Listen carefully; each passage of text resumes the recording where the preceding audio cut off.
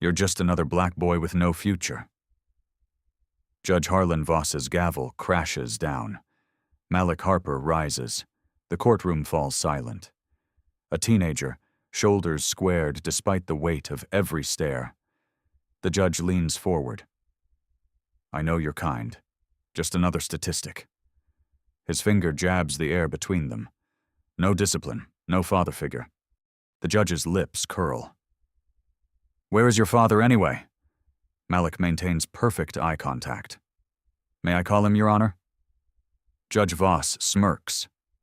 By all means, if he even answers. Malik pulls out his phone and dials. The courtroom watches. Dad, Judge Voss says you failed to raise me right. He's wondering where you are. Malik's voice remains steady. Could you come to courtroom 4B now? Who exactly waits on the other end of that line? Malik Harper enters the courthouse with his science project, a sophisticated air quality monitoring system. The metal detector beeps. Officer Kane steps forward, eyes narrowing. What's that contraption? He grabs the device without waiting for an answer. An air quality monitor, sir, for my presentation to the Environmental Committee today. Officer Kane turns the device over roughly. Looks suspicious to me. Malik keeps his voice level. I have documentation. He reaches toward his backpack. Hands where I can see them, Officer Kane shouts, drawing attention from everyone in the lobby. Malik freezes. His heart pounds as Officer Kane calls for backup. Got a suspicious device. Uncooperative subject. 2 more guards appear. Malik notices Judge Voss watching from nearby, arms crossed, making no move to intervene. I'm just here for my scheduled presentation, Malik explains again. Judge Voss approaches. His gaze shifts between Malik and the device. Why aren't you in school, boy? I have an excused absence, sir. I'm presenting to the Environmental Committee. Environmental Committee in my courthouse? The judge's tone drips with disbelief. Yes, sir. Room 302. Dr. Vargas is expecting me. The judge checks his watch. We'll see about that. Bring him to my courtroom first. The guards escort Malik away. His carefully constructed project now sits partially disassembled in Officer Kane's hands. As they walk, Malik notices other visitors with briefcases and electronics passing through security without question. A white student with a science fair display board walks right through. Malik texts his father. Delayed at security, might miss presentation time. His father replies instantly. What's happening? Malik starts typing, then stops. His father has enough pressure already. Just extra security checks, nothing serious. Judge Voss walks ahead, his robes flowing behind him. Malik catches fragments of his conversation with Officer Kane. These people always have excuses. Teach him about authority. Knows his place after today. Malik straightens his shoulders. This isn't about his project anymore. What does Judge Voss really want with a high school student's environmental science project? In Judge Voss's empty courtroom, Malik stands before the bench. His project sits in pieces on a table. Explain again what this device does. Judge Voss doesn't look up from his phone. It's an air quality monitor that measures particulate matter in low-income neighborhoods, Your Honor. Malik keeps his voice steady. I've been collecting data showing correlation between poor air quality and respiratory illness rates. Judge Voss tosses Malik's papers aside without reading them. And why bring this to my courthouse? The Environmental Committee meets here monthly. I was invited to present my findings. Dr. Vargas confirms there's a meeting. Judge Voss scrolls through his messages. Says nothing about student presentations. Malik's stomach tightens. The confirmation was sent last week to all committee members. Are you telling me how to do my job? The judge's voice hardens. No, sir, just providing information. Judge Voss stands. He circles the bench, looming over Malik. Listen carefully. I've been on this bench for years. I've seen every excuse, every story, every scheme. I understand, but no interruptions. His hand slams the table. Pieces of Malik's project scatter. A sensor crashes to the floor. This equipment could interfere with courthouse systems. Malik watches months of work break apart. Sir, that's months of research. Research? Judge Voss laughs. Is that what they call it now? Where did you get these parts? Who really built this? I designed and built it myself. The parts were purchased with grant money from the State Science Foundation. Judge Voss's jaw tightens. A likely story. Let me be clear. This courthouse isn't your science fair. He picks up a circuit board, examining it with exaggerated suspicion. We'll hold this device for security inspection. You can wait in the hallway until the committee meeting. And my presentation? If they confirm your story, you'll get your property back. Judge Voss's smile doesn't reach his eyes. Maybe eventually. Malik stares at his broken project. Data collected from his own neighborhood. Evidence of environmental injustice now treated like contraband. May I have a receipt for my property, Your Honor? The judge's smile falters. Getting legal advice from somewhere, are we? Will Malik's months of work be destroyed before he can even present it? Malik waits in the hallway, watching the minutes tick by. His presentation time approaches, but security won't let him near the meeting room without Judge Voss's approval. Dr. Vargas, a gray-haired environmental scientist with wire-rimmed glasses, spots Malik. There you are. Why aren't you setting up? We start soon. Judge Voss confiscated my project, says it's suspicious. Dr. Vargas's eyebrows shoot up. That's absurd. You're our keynote student presenter. They return to Judge Voss's courtroom together. The judge is on a call, holding up one finger to make them wait. Malik notices how the judge's posture changes when he sees Dr. Vargas. Straighter, more formal. Judge Voss, Dr. Vargas begins when the call ends. There's been a misunderstanding. Malik Harper is our invited presenter today. The judge barely glances at her. This young man brought unauthorized electronic equipment into a federal building. That requires proper investigation. It's a science project that I personally vetted. Did you run background checks on him and his family? Judge Voss asks sharply. Do you know where he's from? Malik feels heat rising in his face. Dr. Vargas shifts uncomfortably. He's one of our brightest students. That doesn't answer my question. Judge Voss turns to Malik. Where exactly are you from, Mr. Harper? I was born in Chicago, sir. We moved here years ago. And before Chicago? Malik blinks, confused. My family has been in Chicago for generations. Judge Voss makes a dismissive noise. Your project will remain confiscated until proper authorities can inspect it. However, he nods to Dr. Vargas. You can take responsibility for him attending the meeting without his device. Dr. Vargas protests, but his entire presentation requires his project. Then he shouldn't have brought suspicious equipment into my courthouse. The judge's voice rises. Perhaps you'd like to explain to the committee why you're unprepared. Consider it a lesson in planning ahead. Malik's hands clench at his sides. May I at least have my presentation slides? They're on the same laptop we're holding for inspection. Dr. Vargas checks her watch. We need to go. The committee has a tight schedule. Judge Voss smiles thinly. Run along then. And Mr. Harper, next time know your place before you walk into my courthouse. Malik follows Dr. Vargas to the meeting room. His heart pounds as they enter. 12 committee members sit around a conference table. Several observers line the walls. I apologize for the delay, Dr. Vargas announces.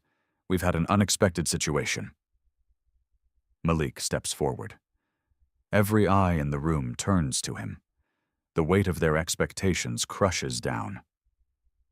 I apologize, Malik begins, voice steady despite the humiliation burning in his chest. Judge Voss has confiscated my project and presentation materials. I'll do my best to explain my findings from memory. Whispers spread through the room. Malik sees pity on some faces. On others, quiet judgment. A woman in the back row shakes her head and writes something in her notebook. How will Malik salvage his presentation without any of his materials? Malik stands before the Environmental Committee empty-handed. He takes a deep breath and begins speaking from memory. My project measures particulate matter concentrations in low-income neighborhoods versus affluent areas. His voice grows stronger with each word. Over several months, I documented levels 3 times higher in minority communities. Despite the absence of visual aids, committee members lean forward. Malik sketches air particle distribution patterns on a borrowed notepad, explaining collection methodology and statistical controls. I identified correlation between pollution spikes and respiratory emergency room visits. He draws another diagram. The data shows environmental protection laws are enforced differently based on neighborhood demographics. Dr. Vargas watches with quiet pride as Malik transforms potential disaster into a compelling presentation. When Malik finishes, the committee applauds. Remarkable work, says Committee Chair Dr. Reed, especially under these circumstances. Where is your project now? Judge Voss is holding it for security reasons, Malik answers carefully. Dr. Reed frowns. That's unusual. We'll look into it. Meanwhile, your findings deserve wider attention. Would you consider presenting at the state conference soon? Malik nods, gratitude washing over him. I'd be honored. As the meeting adjourns, Malik excuses himself to the restroom. In a private stall, he leans against the wall. The adrenaline crash hits him hard. His hands shake slightly as he pulls out his phone. He dials his father but gets voicemail. Dad, something happened at the courthouse. Judge Voss confiscated my project. He pauses, not wanting to sound like he's complaining. I managed okay, but I could use some advice. Call when you can. Dr. Vargas waits outside. You did incredibly well, Malik. I've never seen such poise under pressure. Thank you. Do you think I can get my project back today? Let's find out. They return to Judge Voss's courtroom. The judge is hearing a minor case. He spots Malik and Dr. Vargas, but makes them wait. Malik watches the proceedings, noting patterns. The well-dressed white defendant receives patient questioning. The young Hispanic woman who follows gets rapid-fire interruptions.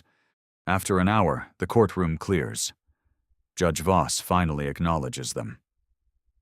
Still here, Mr. Harper? Yes, sir.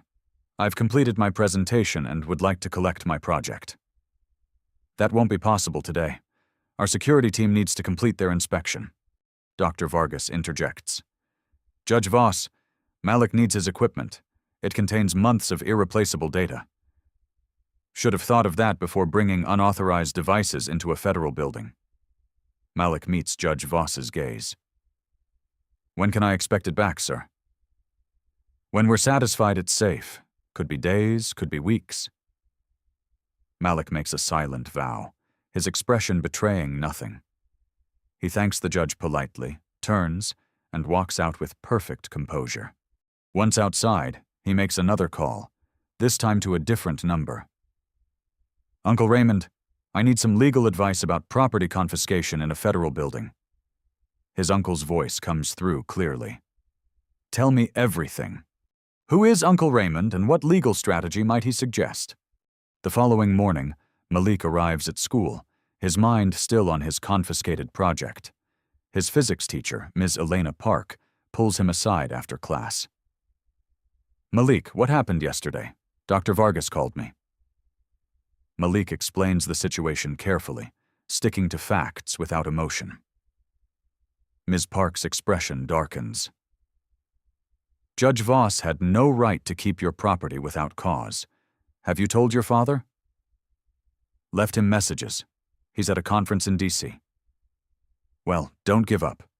The Science Fair Committee still wants your entry soon. Malik nods. I'll need to rebuild everything from scratch.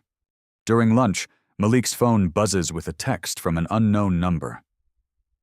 Your project marked for disposal tomorrow morning. Security protocol. Sorry, friend at courthouse. Malik's heart races. Months of irreplaceable air quality data. Gone. He tries calling his father again. Voicemail. After school, Malik returns to the courthouse. The security guard, different from yesterday, stops him. I need to speak with Judge Voss, Malik says firmly. Judge left for the day. Come back tomorrow. This can't wait. My property is scheduled for disposal. The guard shrugs. Nothing I can do. Malik spots Officer Kane down the hall. Officer Kane, a moment, please. Officer Kane approaches reluctantly.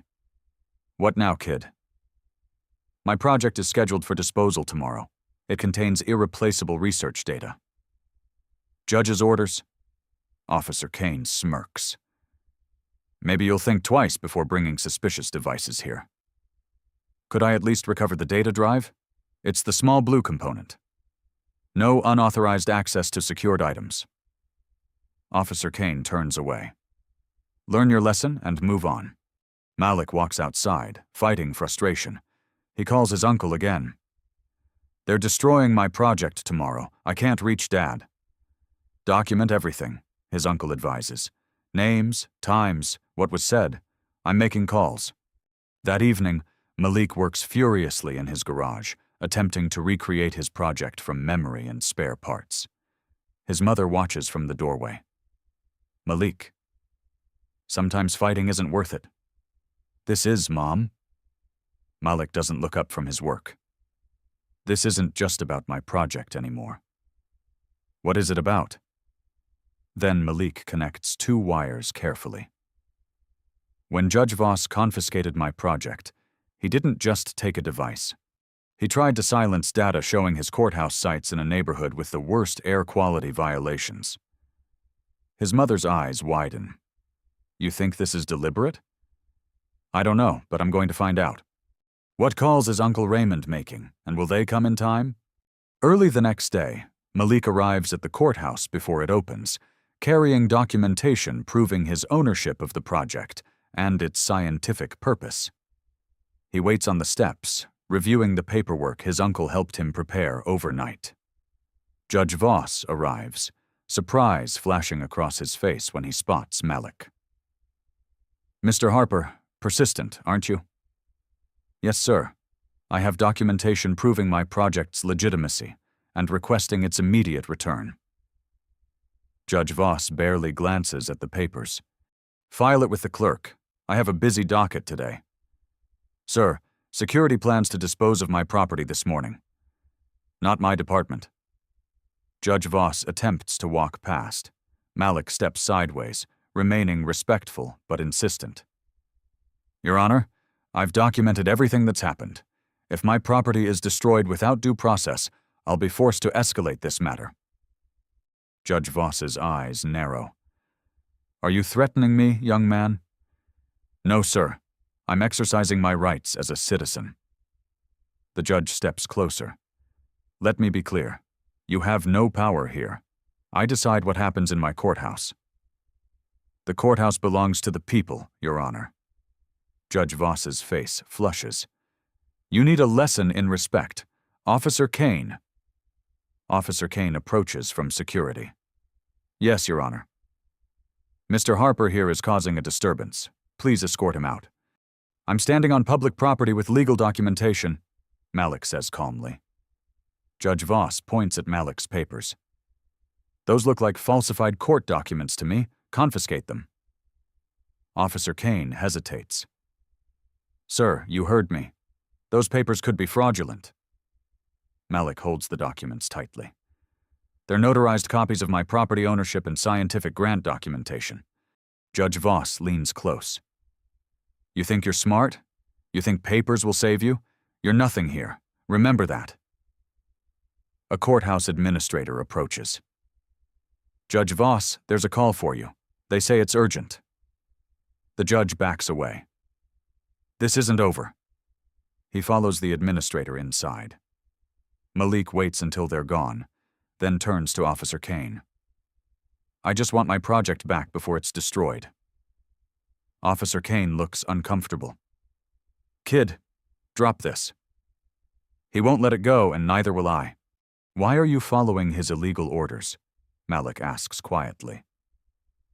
Officer Kane glances around, then lowers his voice. Look, I've got years until retirement. Don't make this harder than it needs to be. Is your pension worth destroying evidence of environmental discrimination? Officer Kane doesn't answer, but his expression speaks volumes. Who made that urgent call to Judge Voss, and what's coming next? Later that afternoon at the courthouse, Malik sits on a bench outside Judge Voss's courtroom, refusing to leave until someone addresses his property claim. Several attorneys pass by, looking at him curiously. One stops, a middle-aged woman with sharp eyes. You've been here all day. Court business, trying to recover my confiscated property before it's destroyed. She sits beside him. I'm Laura Nguyen, Public Defender's Office. What property? Malik explains the situation, showing her his remaining documentation. Judge Voss. She shakes her head. He has a reputation. Let me make a call. While she steps away, Malik checks his phone. Still no response from his father, but a text from his uncle reads, Hold tight, help coming. Laura returns. I've spoken with court administration. Your project has already been moved to disposal, but we might be able to intervene if we act now. They hurry to the basement level, where confiscated items are processed. The security officer refuses them entry without authorization.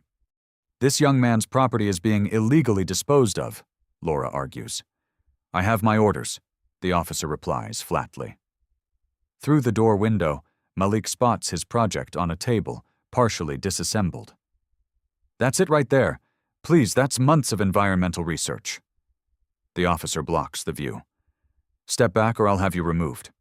Laura pulls Malik aside. We need a judge's order. Let me file an emergency motion. As they turn to leave, Judge Voss emerges from the elevator. Miss Nguyen, slumming with the troublemakers today? Your Honor, this young man's property is being improperly disposed of. I'm filing for an emergency stay. Judge Voss laughs. Save your paperwork. That device was deemed a security risk by me personally. Based on what evidence? Laura challenges. My courtroom. My decision. Judge Voss gestures to a nearby officer. Please escort them out. Mr. Harper is banned from this building. Malik steps forward. Sir, I've been respectful and followed every rule. Why are you doing this? Judge Voss stares coldly. Because I can. Some people need to learn their place in the system. Laura grips Malik's arm, whispering, Don't engage. We'll find another way. As they're escorted out, Malik sees Judge Voss enter the disposal room. Through the closing door, he watches the judge pick up a hammer. He's going to destroy it himself, Malik whispers. Laura's expression hardens. Now we know this is personal. Time to call in bigger guns. With his project about to be physically destroyed, what's Malik's last recourse? Outside the courthouse, Malik paces the sidewalk. Laura makes frantic calls to other judges seeking an emergency intervention. No one's available on such short notice, she admits, frustrated, and most won't cross Judge Voss anyway. Malik's phone rings. His father, finally. Dad, they're destroying my project right now. I know, son. I've been briefed. Put me on speaker. Malik complies, confused. Laura watches curiously. This is Vincent Harper. His father's authoritative voice fills the air. Who am I speaking with? Laura Nguyen, Public Defender's Office. Your son's project is being improperly disposed of by Judge Voss. I understand. Miss Nguyen, please escort Malik back inside. Insist on seeing Judge Voss immediately. Tell security to call this number if there's any resistance. He recites a government extension. Laura looks skeptical, but nods. We'll try, Mr. Harper. They re-enter the courthouse. At security, they're immediately stopped. Malik Harper is banned from the premises, the guard states flatly. Laura stands firm. We need to see Judge Voss now. If you refuse, please call this number. She shows the guard the number on her phone. The guard hesitates, then makes the call. His expression changes dramatically. Yes, sir. Right away, sir. He hangs up, suddenly deferential. You can proceed to Judge Voss's chambers. As they walk through the courthouse, Malik whispers, What just happened? Laura shakes her head, equally confused. Who exactly is your father? He works for the Justice Department. That's all I know. They reach Judge Voss's chambers. His clerk tries to turn them away, but Laura mentions the phone number again. The clerk disappears inside, returning moments later. The judge will see you now. They enter to find Judge Voss standing behind his desk, Malik's partially damaged project in front of him. A hammer sits nearby. This is harassment, the judge begins. I've made my decision about this device. Laura steps forward. Your Honor, we have instructions to call this number if you refuse to return Mr. Harper's property. She displays the phone again. Judge Voss scoffs. Some bureaucratic underling doesn't concern me. Then perhaps you should make the call yourself, Malik suggests quietly. Something in Malik's calm confidence makes Judge Voss pause. He takes the phone reluctantly and dials. This is Judge Harlan Voss. Who am I speaking with? His expression shifts from annoyance to shock. Yes, I understand, but the device was... Yes, sir. The color drains from Judge Voss's face. He hands the phone back to Laura, his hand visibly shaking. Your property will be returned immediately, Mr. Harper, he says stiffly. In its original condition, with all data intact, Malik specifies. Judge Voss nods, unable to meet Malik's eyes. As they leave with the project, Malik's phone rings again. He answers on speaker. Is it resolved, son? His father asks. Yes, Dad. Thank you. Good. Now, would you put Judge Voss on the line? I'm coming to town soon and would like to meet with him personally. Laura stares at Malik in dawning realization. Malik nods slightly as Judge Voss approaches, looking ashen. Judge Voss, my father would like to speak with you. Malik hands over the phone. The judge takes it, his arrogance entirely evaporated. This is Judge Voss. From the phone comes a clear, authoritative voice. Judge Voss, this is United States Attorney General Vincent Harper. I'll be in your courthouse soon to discuss your treatment of my son and the apparent pattern of judicial misconduct in your courtroom. Please clear your docket. Judge Voss nearly drops the phone. Yes, Mr. Attorney General, I'll make the arrangements. He returns the phone to Malik, then retreats to his chambers without another word. In the hallway, Laura lets out a low whistle. Your father is the Attorney General of the United States.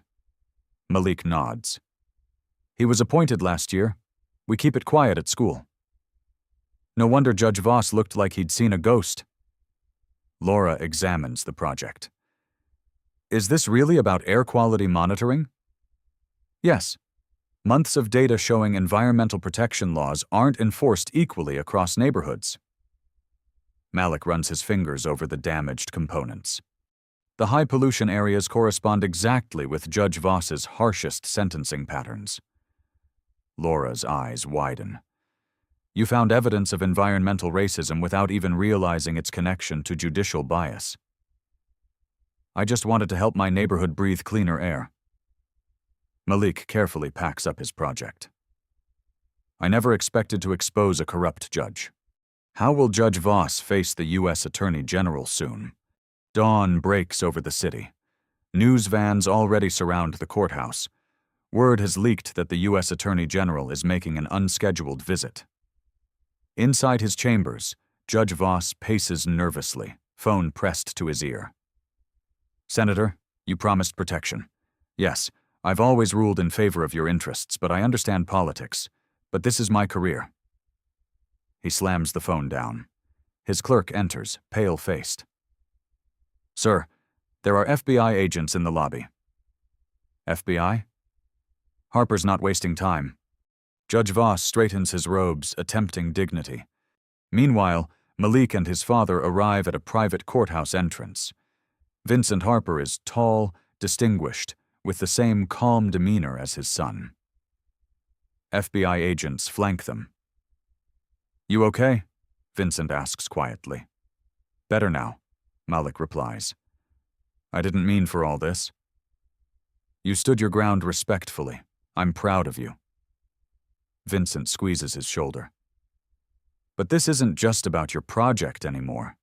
They enter a conference room where Laura Nguyen waits with several Justice Department officials. Maps of the city cover one wall, with certain neighborhoods highlighted. Miss Nguyen has been invaluable, an aide tells Vincent. She's compiled substantial evidence of Judge Voss's pattern of discriminatory rulings. Laura nods. It correlates directly with Malik's air quality research. The neighborhoods with poorest environmental protections match exactly with where Judge Voss's rulings have been most severe against minorities.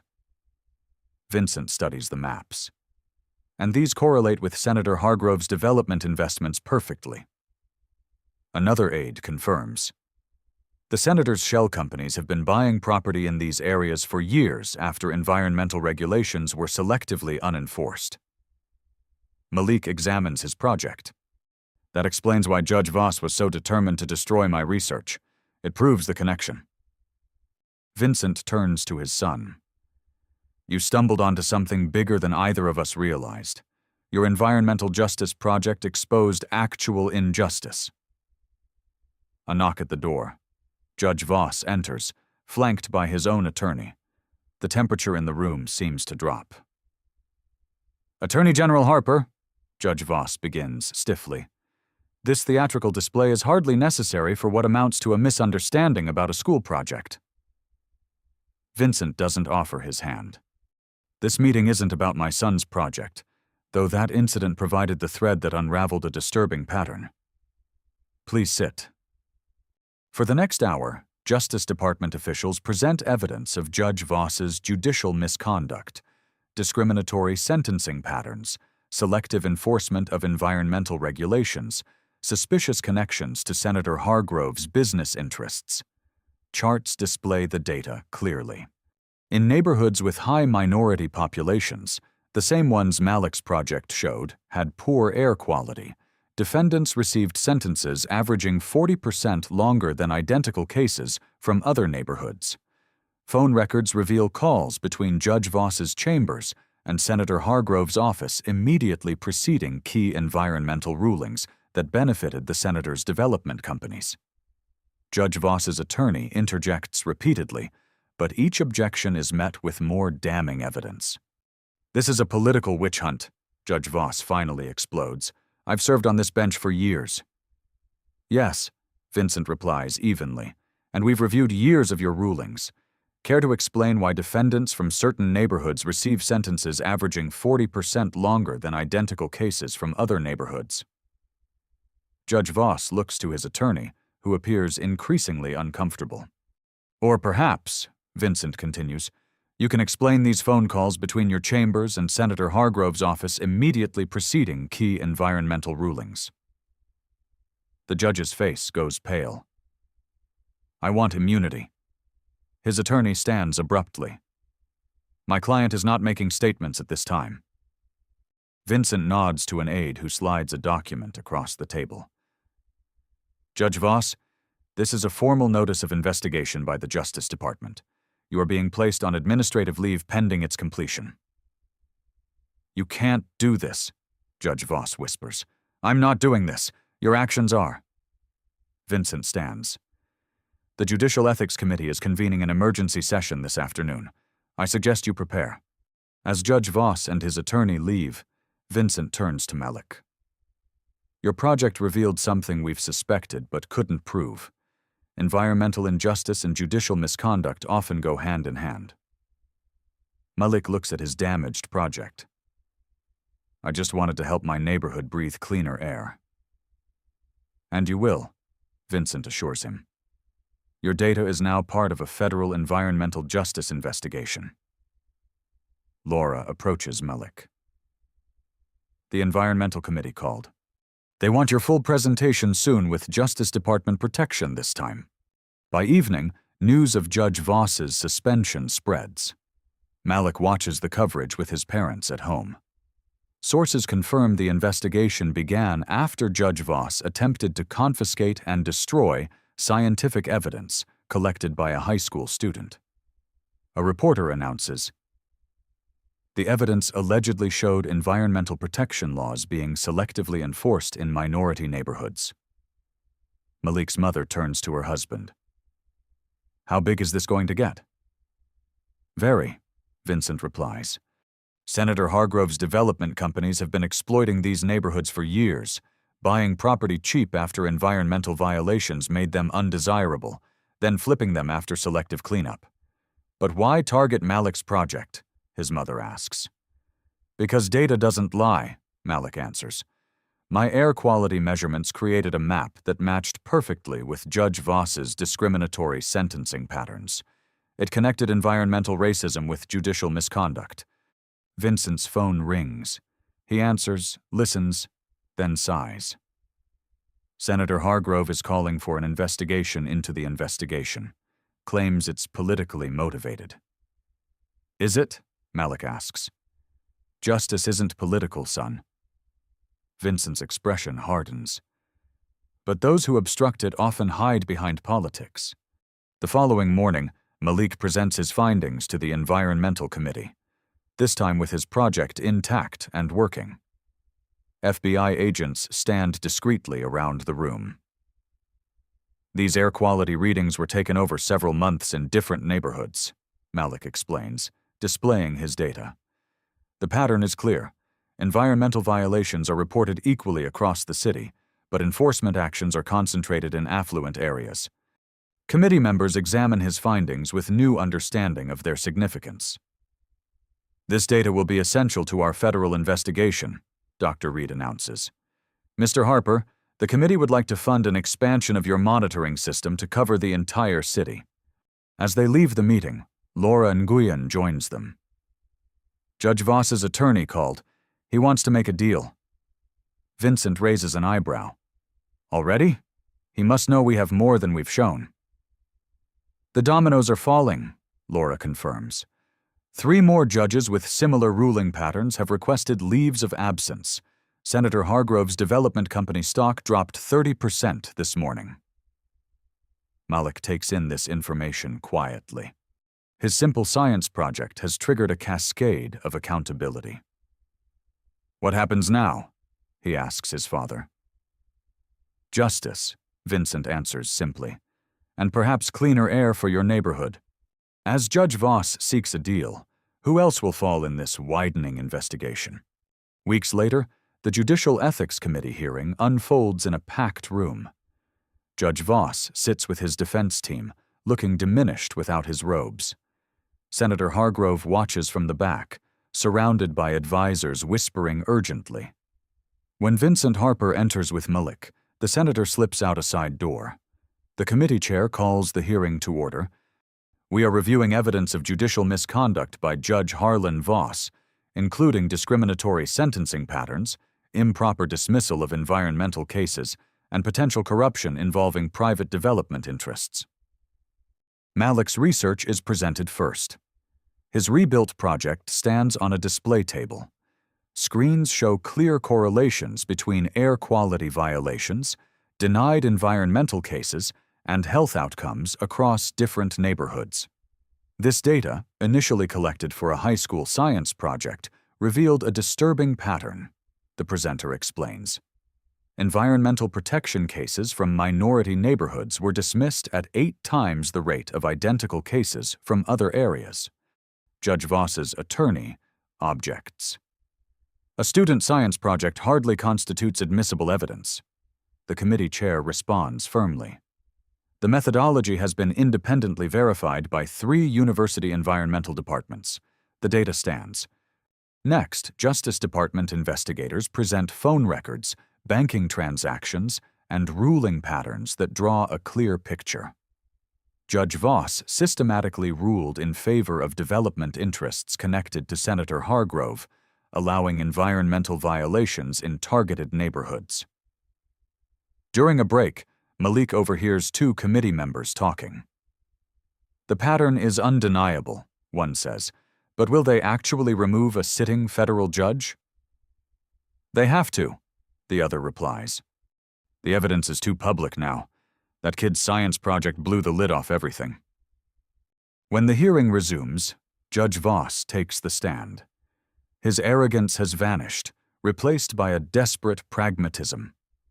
I acknowledge some of my rulings may show statistical disparities, he admits carefully, but there was never intent to discriminate. The questioning is relentless. Justice Department lawyers present case after case where identical circumstances led to wildly different outcomes based solely on neighborhood and racial demographics. And your frequent communication with Senator Hargrove's office before environmental rulings? A committee member asks. Judge Voss hesitates too long.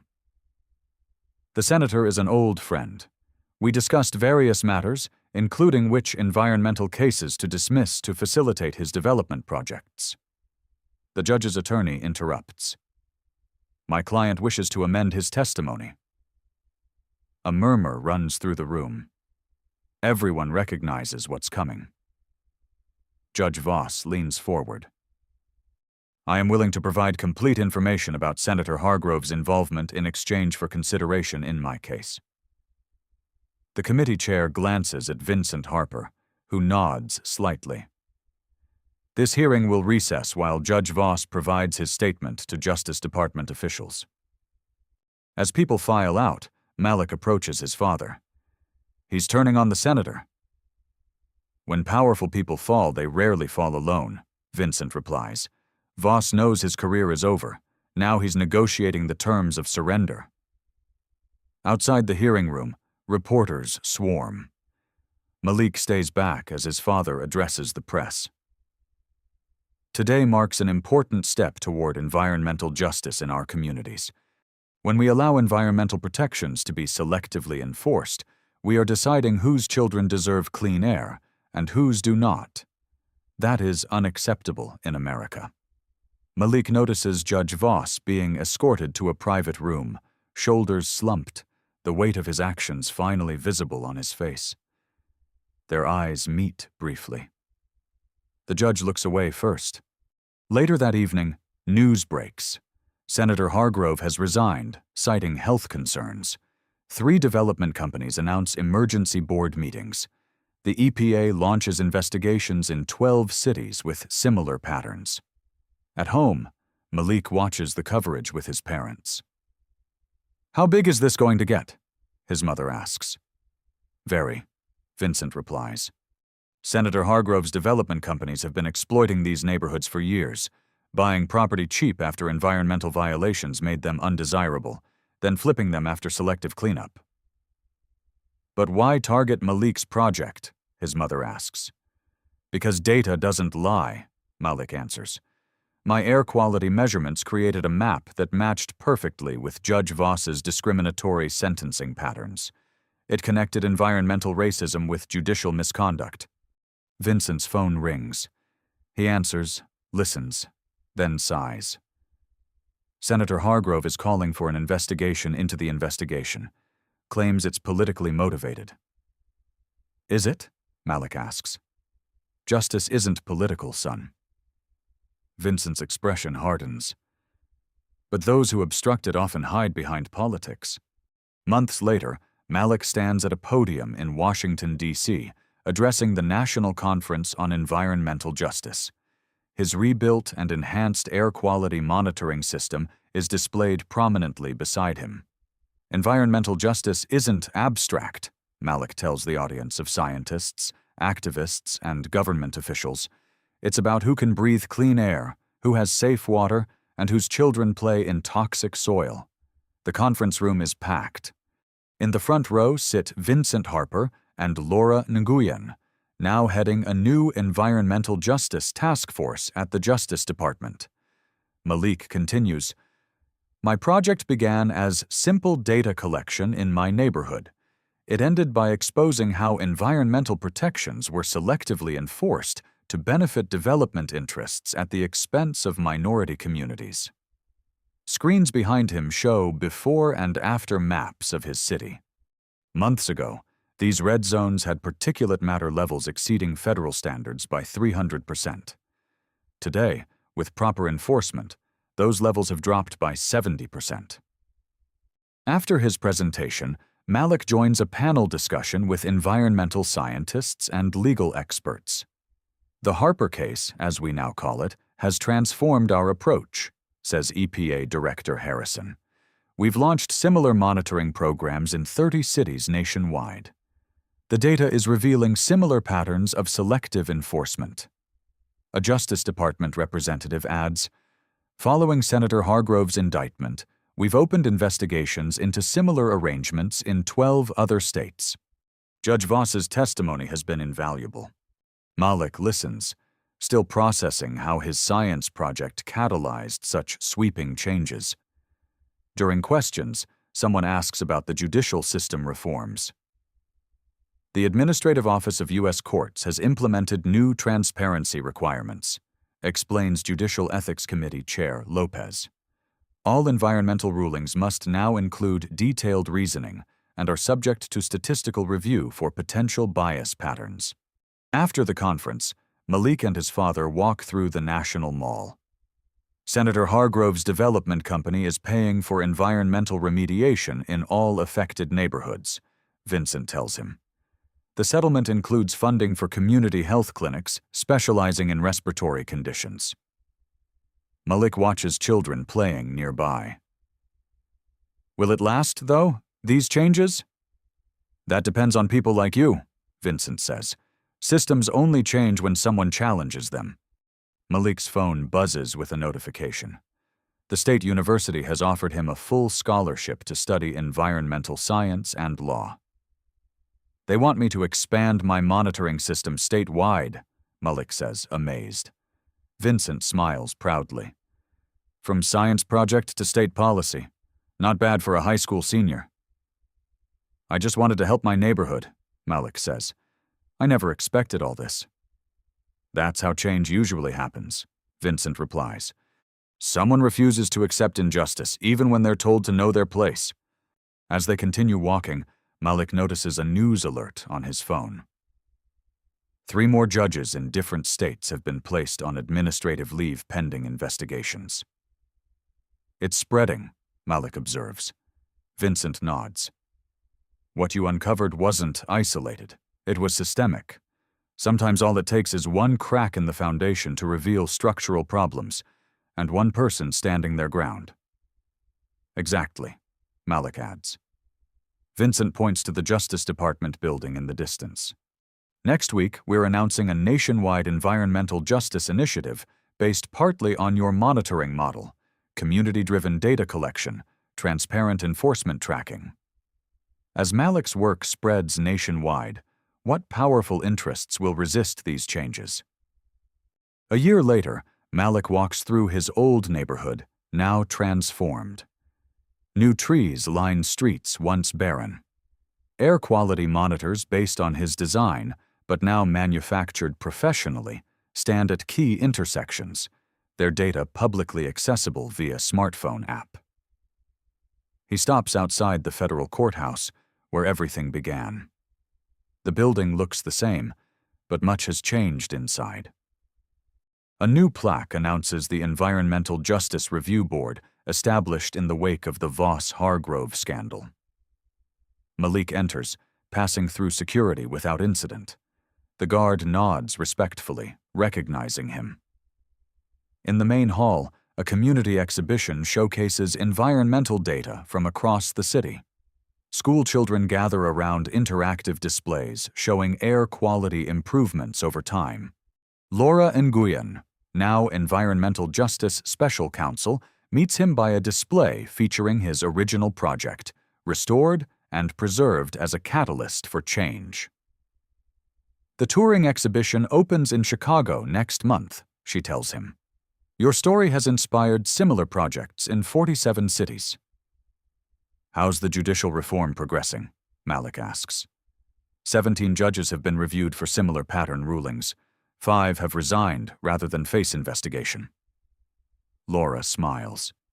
And Judge Voss, community service. Ironically, part of his plea agreement includes working in the neighborhoods his rulings harmed. They walk to a conference room where Vincent Harper waits with several Justice Department officials and community leaders. Maps on the wall show dramatic improvements in environmental compliance across previously neglected neighborhoods. The data doesn't lie, a health department official reports. Childhood asthma hospitalizations down 32% in the affected communities. Adult respiratory conditions improving similarly. Vincent greets his son with a proud embrace. Malik's monitoring system has been adopted as the national standard for community air quality assessment. Malik shakes his head, still processing the impact of his work. It was never about the technology.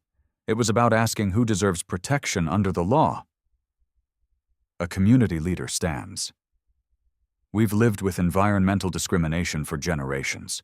We knew the air was making our children sick, but without data, without proof, our complaints were dismissed. Sometimes justice needs evidence, Vincent agrees, but it also needs people willing to stand their ground. After the meeting, Malik and his father walk through the neighborhood where the project began. Children play in a new park built where an illegal dumping site once stood. Elderly residents sit on porches breathing cleaner air. Senator Hargrove's sentencing is tomorrow, Vincent mentions. His development company has been ordered to fund environmental remediation for the next 20 years. Malik watches a group of high school students installing a new air monitor. They're continuing the project, expanding it. That's how lasting change works, Vincent says. It outlives its creators. They stop at Malik's old school, where a banner announces a new environmental science academy named in his honor. Inside, students cluster around monitoring stations, analyzing data and preparing reports for community action. You know what Judge Voss told me during his community service? Vincent says.